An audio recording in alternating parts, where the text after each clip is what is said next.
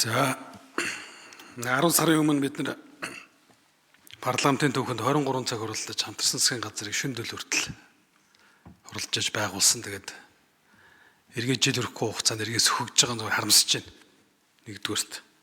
Хоёрдугаарт түрүүн тэр хэлдэг эрх ашигын ирэм гэдэг зүйл дээр бид нарыг анхаарах хэрэгтэй болжээ. Улсын одоо эрх ашиг дээр нэгдэж нийлж болохоо байсан цаг үе бас болоог байх гэж би бодож байна. Ер нь энэ сонгуульд ард түмэн юу гэж бид нар санал өгсөн бэ? Хоорондоо хэрэлдээд уралцаад мөнхийн дайсан мэт Монгол төрд ажил гэдэг ийм байдлаар би өгөөг байх гэж бодож байгаа.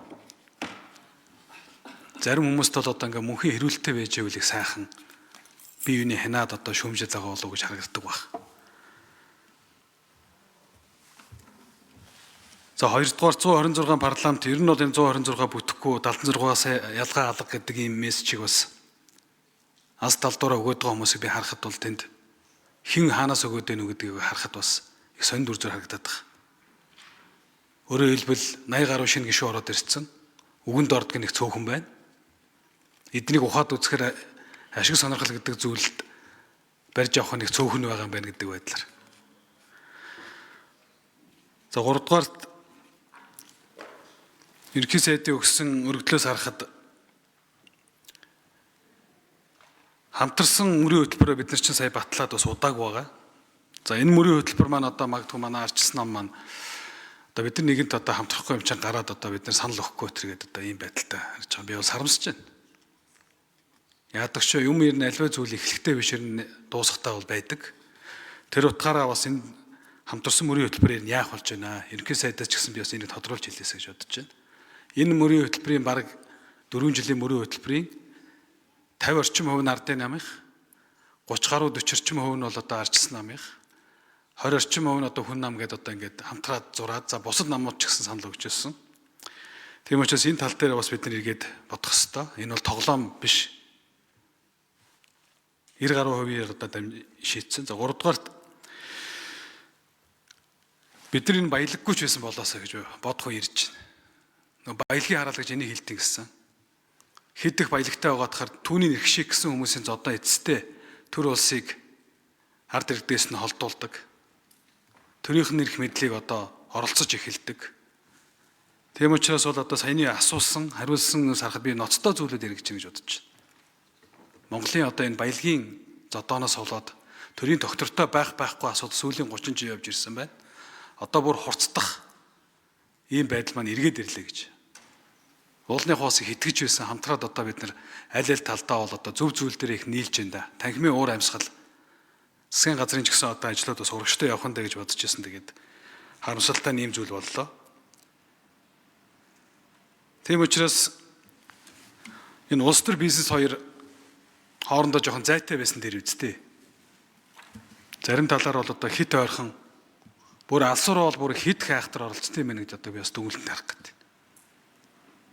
Би бол одоо Монгол Улсын ерөнхий сайдын номер 1 мэдээлэлтэй байдаг хүний хувьд бол бас зарим зүйлийг улсын нууцтай холбоотой асуудлаас бүрэн хэлж чадахгүй байх шиг байна. За зарим зүйлийг бол одоо шууд хэлж явах шиг. Тийм учраас цаашдаа ийм байдлаар ийм эрх ашиг гэдэг байдлаар төр засаг маань одоо иймэрхүү байдалтай байвал ер нь тун хэцүү болно.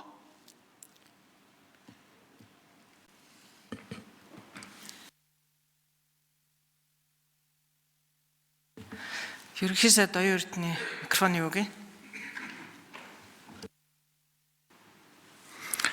Харин тийм учраас би нөгөө хамтарсан засгийн газрын асуудал дээр одоо ихтгэл үзүүлэх эсэх гэдэг ийм агуулгаар оруулж ирж байгаа юм л.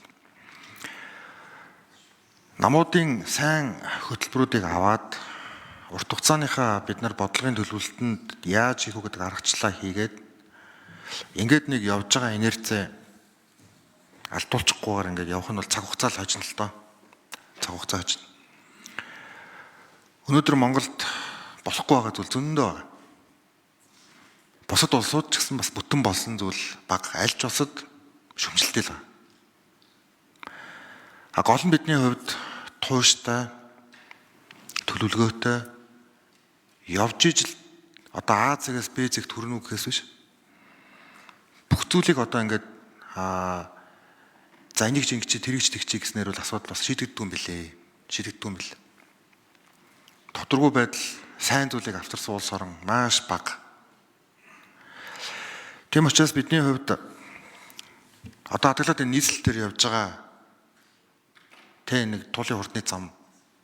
За тэгээд энэ нэг хідэн төслүүдэд хэдүүлээ улс төржүүлэхгүй ямар ч гэсэн ингээд үр дүнг нь үдчих нь үл зүв байна. Бодлогын залхам чанар гэж үнийг л хэлээд байгаа. Хүн байснаар заавал одоо жишээл бодлогын залхам чанар хангагдах зүйл биш л дээ. Тэр төслүүд дээр байгаа итгэл үнэмшлэр одоо хийгдэл ийм л одоо зүйл. Тийм учраас энийгээ бас одоо ингээд хилэн далангуй ярьж байгаа нь бас бид нар бодлогын энэ доктортой байдал дээр одоо эргэж буцахгүй байх нь бол туйлын чухал юм аа. Туйлын чухал юм. Түрүү золоо гишүүн бас ярьж байна. Монгол улс уулуурхаан төслүүдийг хөдөлгөөд за эдийн засгаас солонгоруулаад тэгээд хэрэгцээтэй байгаа дэд бүтцээ шийднэг бол одоо багадаа дахиад 15-аас 20 жилийн хугацаа авна. Тийм учраас бид нар яг гэхээр энэ одоо баялаг солилцох байдлаар одоо хадгалаад нийслэл Улаанбаатар хотод тойрсон нэг 2 тойрог замтай гол асуудлуудаа холбох ийм зүйл рүү цаг алдахгүй явахгүй бол Монгол улсын хувьд л цаг алдна. Одоо наад энтгэг пакеттай өдөр чинь бүгдээрээ тэгээд хөгжсөн байна. За манай улсын хувьд болохоор за төсвөө алдагталтай баталж болохгүй. За бүх зүйлийг одоо бидний хувьд бол заавал одоо ингээд нөгөө нэг ийм одоо асуудлыг одоо жишээлбэл за бид нар бүтээгдэхүүнийг ингээд одоо солиод дэд бүтцээ хийж болохгүй. За бүгд найрамдагтаар тусдаа хамтарч ажиллахлаар эдийн засгийн одоо төрөлжилт нь болохгүй байгаад байна гэл. Оросын холбооны улстай хамтарч ажиллаж болохгүй гэдэг иймэрхүү агуулгуудыг бид нар ингээд мэдээж тавьж болно гэхдээ маш прагматик хандахгүй бол бид нар хугацаагаа л алдаад байна. Хугацаагаа л алдаад байна. Тийм учраас бидний хувьд одоо явж явж бидний зорилго юм улсаа хөгжүүлэх шүү дээ. Тэгэхээр энийг л бид нар одоо ихэндээ тавиад энэ асуудлуудаа мэдээж өмчлөлт төлөд байгаа асуудал ойлгомжтой.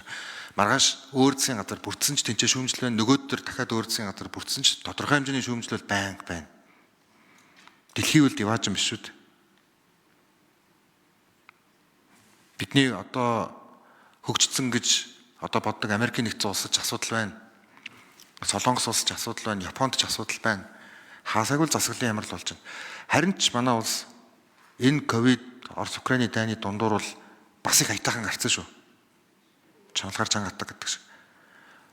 Одоо харин энэ цаг үе дээр ингээд нэг юм жоохон тийм тайвшрах ийм мэдрэмж ороод ирэхээр за тэгээд нэг ийм сорилтууд багасаад ирэхлээр л тэгэл ийм нэг албан тушаалын ийм зүйл рүү орчиж байгаа байхгүй.